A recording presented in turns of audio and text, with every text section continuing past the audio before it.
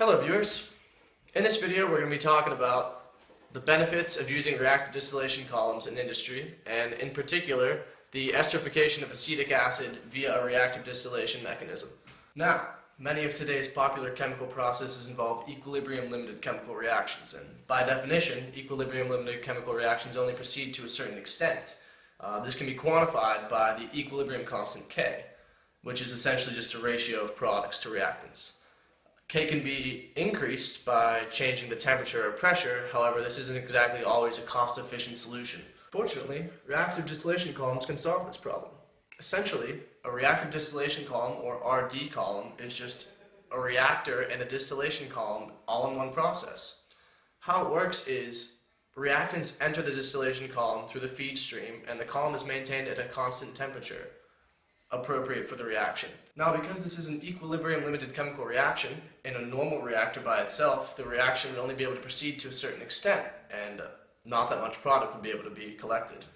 However, because this is a reactive distillation column, as the products are formed, they leave the column through the top in the distillate because they're vaporized, and that allows more product to take its place in the column. Reactive distillation columns are beneficial to chemical processes for a couple of reasons. First of all, they allow more product to be created, which improves overall yield. Second of all, they combine the capital of a reactor and a distillation column into one piece of equipment, so you save money on capital. The kinds of chemical processes that are used in reactive distillation columns include nitration, esterification, etherification, halogenation. These are all equilibrium limited chemical reactions. For our design project in particular, we decided to research the esterification of acetic acid via a reactive distillation mechanism and how we can improve the efficiency of this particular reaction in an RD column. We chose this reaction in particular because the product, ethyl acetate, is a popular organic solvent in many different kinds of organic chemical processes. In this reaction, ethanol and acetic acid react to form water and ethyl acetate. However, at a certain concentration of water, ethyl acetate, and ethanol in the product stream, an azeotropic state exists. However, by manipulating the pressure of the reactive distillation column, this problem can be solved. We go into more detail about this later in the video. In order to better understand this chemical process, we need to discuss the different parts of reactive distillation columns and how reactive distillation columns work.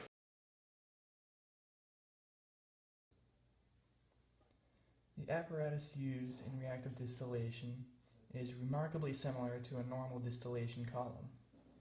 The most important component of the distillation column is the column itself. It's here that vapor rises from the bottom of the column and liquid falls from the top to the bottom. This is also where the reaction is going to be taking place. In this instance, the liquid that settles at the bottom is going to be split. Some of this liquid goes to the bottom's product, and then some is sent to a total reboiler. This converts the liquid stream into a vapor stream and sends it back into the bottom of the column. At the top of the column, the vapor stream exits and is totally condensed into liquid. This liquid stream is then, in this case, sent to a decanter. The decanter separates the water from the organic components. The water is then removed from the system, and the organic components are split, some of which go to the product stream, and the remainder of which are sent back to the top of the column in a reflux. The ratio at which the stream is sent to the column compared to how much is sent to the products is the reflux ratio. The higher a reflux ratio, the more of the stream is sent to the column. It is worth noting that there can be multiple feed streams.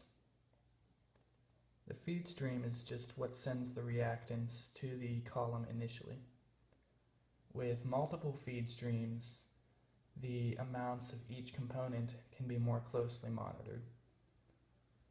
However, when you're using multiple streams, the more volatile component, in our case ethanol, is going to be sent in the bottom stream, and acetic acid in the top stream. The section of the column above the feed is going to be an enrichment section. This is generally not going to be reactive. Below the feed is going to be a stripping section, which can be reactive or non-reactive.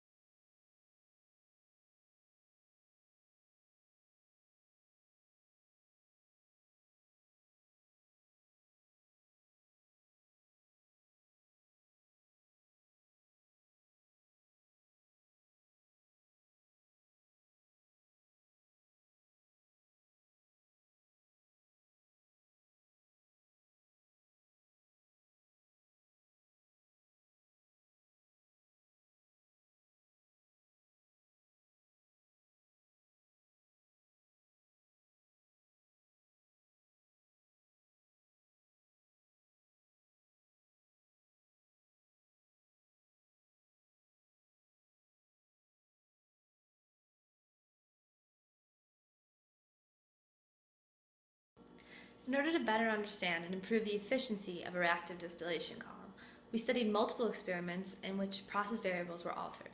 The variables we studied include temperature and pressure of the reaction vessel, catalyst use, feed composition and position, feed flow rates, reflux ratio, and reflux feed position.